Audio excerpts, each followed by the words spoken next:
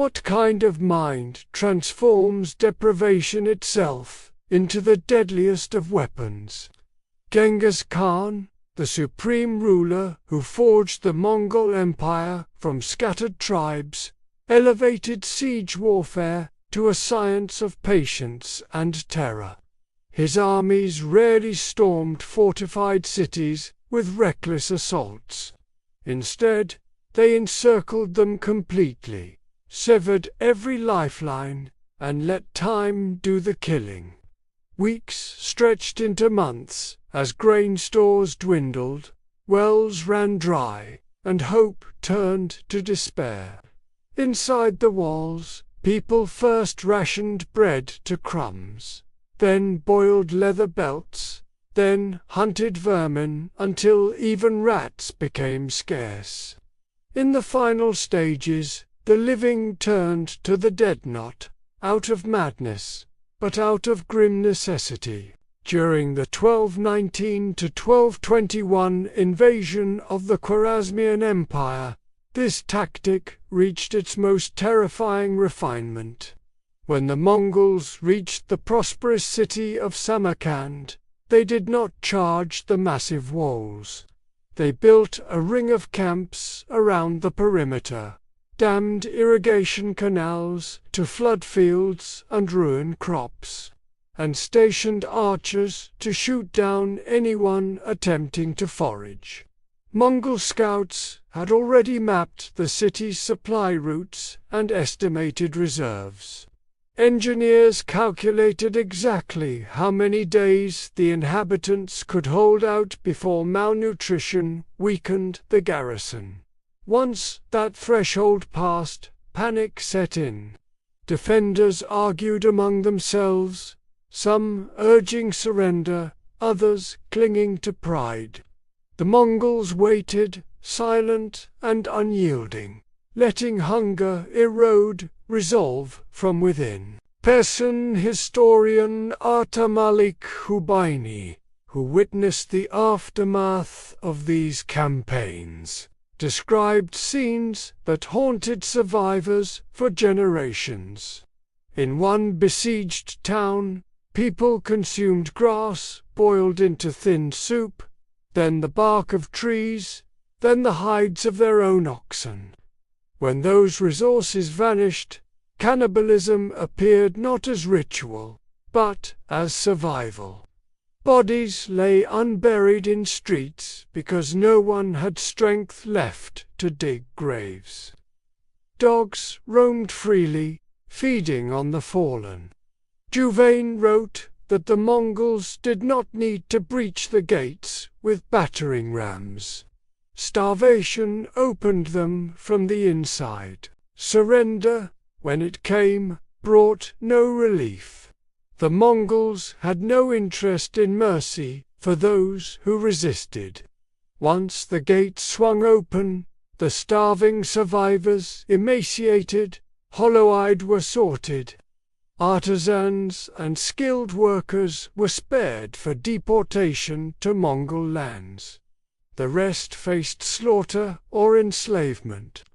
Women and children, already weakened by famine, were marched away in long columns. The psychological impact was profound. Cities that heard of these sieges often opened their gates before the first Mongol horseman appeared, preferring submission to the slow agony of encirclement. This was no accident of warfare. Genghis Khan deliberately cultivated fear of starvation as a strategic tool. His yam system of relay stations allowed rapid communication across the steppe, ensuring commanders knew exactly when a city's provisions would fail. The tactic conserved Mongol lives and resources. No prolonged assaults, no heavy casualties from scaling walls. It also maximized terror. Defenders knew resistance meant not just death, but a drawn-out humiliation that stripped away humanity long before the blade fell. The method spread terror far beyond the battlefield. Rumors of Mongol encirclements reached distant courts, prompting preemptive tribute payments or alliances. Entire regions submitted without a fight, knowing the alternative was months of watching children waste away, hearing the cries of the starving, and finally facing the inevitable. Genghis Khan understood that the most effective conquest destroys the will to resist before the first arrow flies. Starvation was his silent army patient, inexorable and utterly merciless. The Mongol conquests were not solely about seizing land or treasure. They were profound demographic revolutions that systematically uprooted, redistributed, and repurposed entire populations to serve the empire's needs. Among the captured, women and girls stood out as the most strategically valuable and brutally exploited group. Their fates combined forced sexual servitude, intensive labor, cultural erasure, and symbolic degradation. Functioning as both practical resources and psychological weapons that cemented Mongol dominance over defeated societies. The procedure unfolded with mechanical precision immediately after a city's fall. Mongol warriors, trained in these post-victory rituals, corralled survivors into vast open spaces beyond the breached walls or gates. Cavalry units encircled the area to prevent escapes, while infantry maintained order with whips and spears. The initial separation divided men, those deemed useful for heavy work or auxiliary troops, from women and children.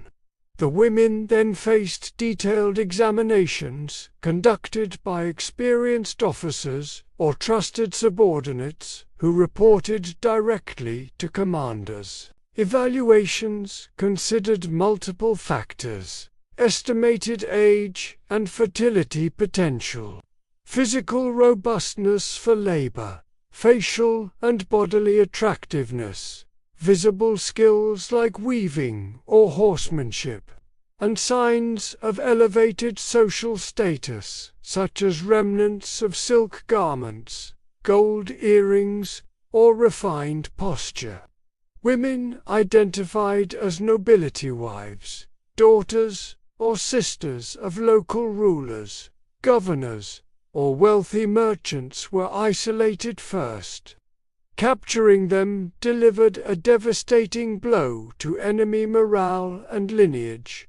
By claiming a leader's female relatives, the Mongols publicly proclaimed the complete obliteration of his power, honor, and future descendants. Allocation adhered to a strict, hierarchical system that mirrored the empire's structure. Genghis Khan, as supreme ruler, exercised first choice, often through emissaries who selected based on descriptions or direct presentations. His personal order grew to include women from every major conquered region, elegant Persian ladies from Khwarezmian cities, sophisticated Chinese consorts from Qin territories, resilient Tangat princesses from Cheshire, and later Korean or Armenian captives. These women frequently bore children who inherited high rank, blending diverse bloodlines into the imperial family and legitimizing rule over new subjects. His sons, Joki Chagatai Gadai, Toli and closest kin, followed in priority, building expansive households with dozens of wives and concubines. Tribal chieftains and proven generals received generous portions, using captives to display wealth through large families and productive camps.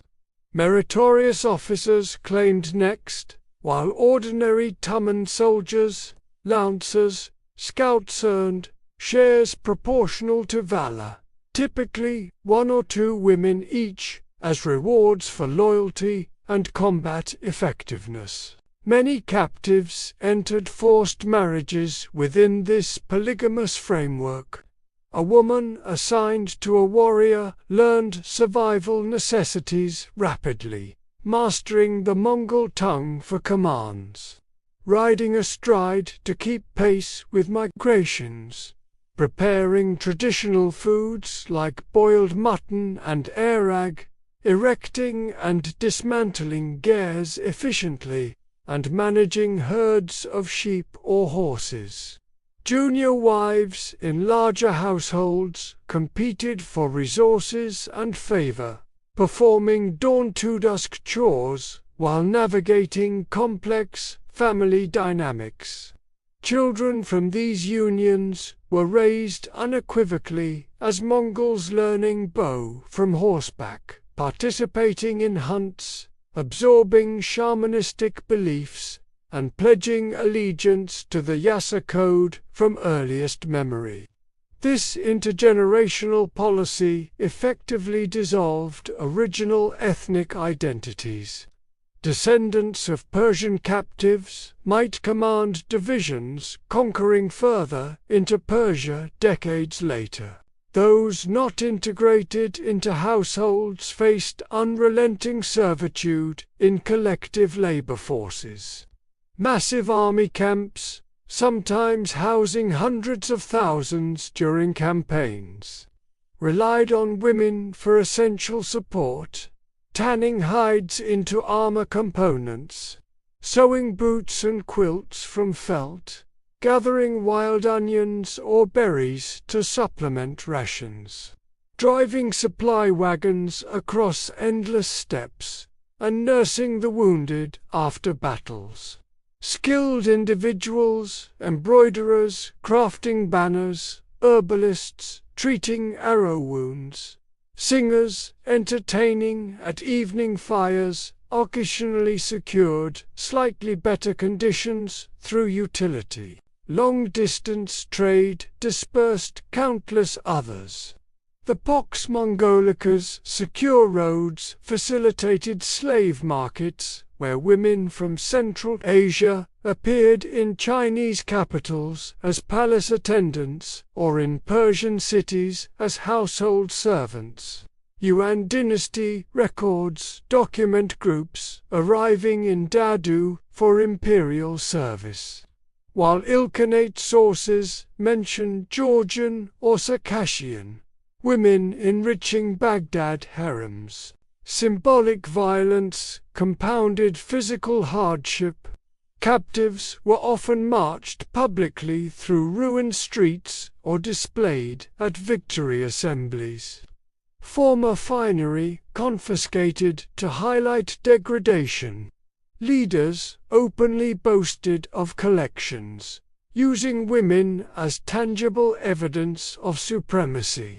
Sexual exploitation began immediately upon capture and continued systematically, with little regard beyond maintaining health for utility. Adaptation offered the only path to endurance. Some excelled in new roles, bearing influential sons or providing valuable knowledge of conquered terrains. Rare accounts preserve stories of captives who gained respect through resilience, intelligence, or beauty, influencing decisions subtly.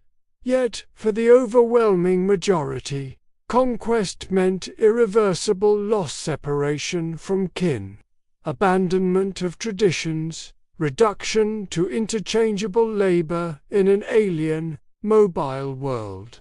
The immense scale, hundreds of thousands displaced across decades, sustained the empire's vitality, supplying workers for pastures and cities, offspring for armies, and constant reminders of unbreakable authority. Women's collective suffering, formed an unspoken pillar of Mongol greatness. Their erased lives enabling history's most expansive land dominion.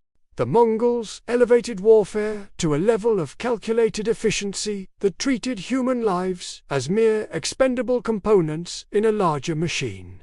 One of their most disturbing tactics was the deliberate deployment of captives as human shields during assaults on fortified positions.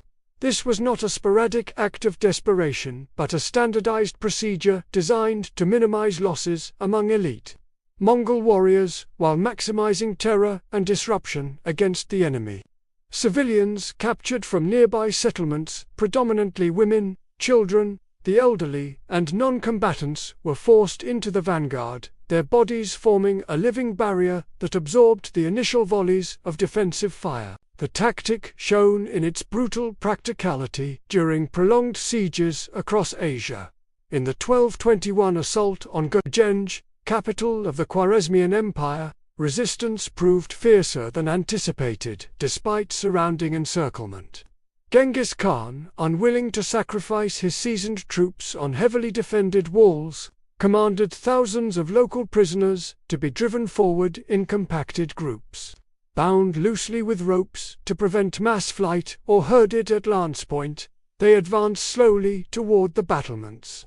Mongol engineers positioned behind this screen operated catapults and ballistae safely, while archers picked off any defenders exposing themselves. Giovanni's detailed chronicle describes how these unwilling shields filled wide moats with their fallen bodies, creating makeshift bridges for follow-up forces, and exhausted arrow supplies as garrisons fired reluctantly at familiar faces. The multifaceted impact devastated defenders psychologically. Soldiers on the walls often recognized relatives, neighbors, or fellow citizens among the front ranks, leading to hesitation, lowered bows, and internal arguments. When they did shoot, the guilt compounded despair. When they held fire, Mongol progress accelerated unchecked. This moral paralysis frequently triggered mutinies or premature surrenders inside the city. The human shields also served logistical roles, hauling heavy rams, pushing mobile towers, or digging saps under covering fire from their own sides, projectiles passing overhead. Organization was meticulous. Mongol commanders maintained reserves of captives specifically for such purposes, sparing them initial massacres after smaller conquests to stockpile for major targets. Scouts estimated numbers needed based on wall length, moat depth, and expected resistance intensity. Women and children, less likely to overpower guards, formed the bulk driven forward despite screams and pleas that echoed across the battlefield. Survivors of the first waves, if any, were repurposed or eliminated to avoid reprisals. The method proliferated across campaigns. During the 1237 to 1240 invasion of Rus principalities, similar shields appeared at Kiev's walls, where captives from outlying villages absorbed crossbow bolts. In China, against the Song dynasty later under Kublai Khan, vast numbers from northern captures screened advances on southern fortresses. European incursions in 1241 saw the tactic at Hungarian strongholds like Esztergom, where local peasants were pressed into service against their own defenders. This innovation stemmed from Genghis Khan's overarching philosophy of total war, where no resource, human or otherwise, went unused. By turning enemies' own people into weapons, the Mongols conserved irreplaceable cavalry while inflicting compounded losses, physical casualties plus shattered cohesion. Rumors spread ahead of armies, prompting many cities to capitulate upon sighting the approaching human waves rather than endure the spectacle. Giovanni captured the grim logic. Populations subdued in one region became instruments against the next, extending conquest chains indefinitely. The tactic exemplified Mongol pragmatism victory through minimal risk, maximum intimidation. It contributed decisively to rapid expansion as fear of becoming the next shield layer eroded resistance long before direct contact. Human shields embodied the empire's ruthless ethos. Every life within reach was leveraged for dominance, with innocence paying the steepest toll in blood and horror. Mongol responses to high-status defeat or betrayal were meticulously staged performances blending cultural prohibitions with extreme cruelty, designed to assert unbreakable authority while leaving indelible warnings. For captured nobility, executions often avoided direct bloodshed to honor steppe taboos. Against spilling aristocratic blood on the ground considered polluting or inviting supernatural retribution. Instead, alternative methods ensured slow, humiliating death that preserved the ritual while maximizing spectacle. The iconic example followed the 1223 Kalka River rout of Rus and Kipchak forces. Prominent princes, including Mstislav Romanovich of Kiev, and other coalition leaders, were taken alive as valuable symbols. Rather than swift beheading, the Mongols ordered them bound and placed prone in rows on the open steppe. Carpenters constructed a large, raised wooden platform directly atop their bodies. Subutai and Jeeb, commanding in Genghis Khan's name, then hosted an elaborate victory banquet on the structure tables laden with roasted meat, kumis flowing freely, musicians playing, commanders toasting triumphs. The feast dragged on for hours as the platform's weight compressed chests, cracked bones, and suffocated victims gradually. Russian primary chronicle entries and Persian narratives concur on the core horror. No sword or arrow touched noble blood, yet lives extinguished beneath celebrating conquerors in prolonged agony. This bloodless crushing targeted elite prisoners whose rank demanded special consideration under custom. It transformed execution into layered domination, physical elimination, spiritual compliance, public theater. The prolonged suffering amplified terror for witnesses. The overlay of joy crushed dignity utterly. When the banquet concluded, bodies below were mangled remnants, legacies erased under Mongol revelry. Traitors and oath-breakers faced a contrasting, equally public punishment, binding to a horse's tail and dragging until death. Enforced under the Yas's iron code of loyalty, it punished those disrupting imperial unity defectors, switching sides mid-campaign. Governors surrendering cities, then rebelling. Spies feeding intelligence to rivals. Condemnation was swift. Trials minimal, evidence of disloyalty sufficing. Execution unfolded dramatically. The sentenced was stripped, limbs bound tightly, often joints dislocated to hinder struggle, ropes secured to a strong horse's tail. A rider spurred the animal into full gallop across varied terrain. Soft grass giving way to rocky outcrops, gravel paths, thorny scrub. Victims endured progressive destruction, skin flayed layer by layer, muscles torn, bones shattered on impacts, dust filling lungs. Death arrived variably, rapid from head trauma on stones, extended over miles from blood loss and exhaustion. Mutilated corpses were abandoned, visibly near camp entrances, along roads, or dragged through subject towns as enduring warnings. Instances recur in records. Central Asian rebellions saw local rulers dragged after broken pacts. Middle Eastern campaigns under Hulagu featured similar fates for disloyal vassals. The method's efficiency appealed. Portable, immediate, requiring no elaborate setup. Public display maximized deterrence across multilingual empire. Both punishments reinforced Yasa principles: absolute allegiance or exemplary annihilation. Crushing demeaned external elites, dragging policed internal order. They deterred nobility from defiance and subordinates from intrigue, binding diverse conquests under unified fear. These calculated spectacles propelled Mongol ascension.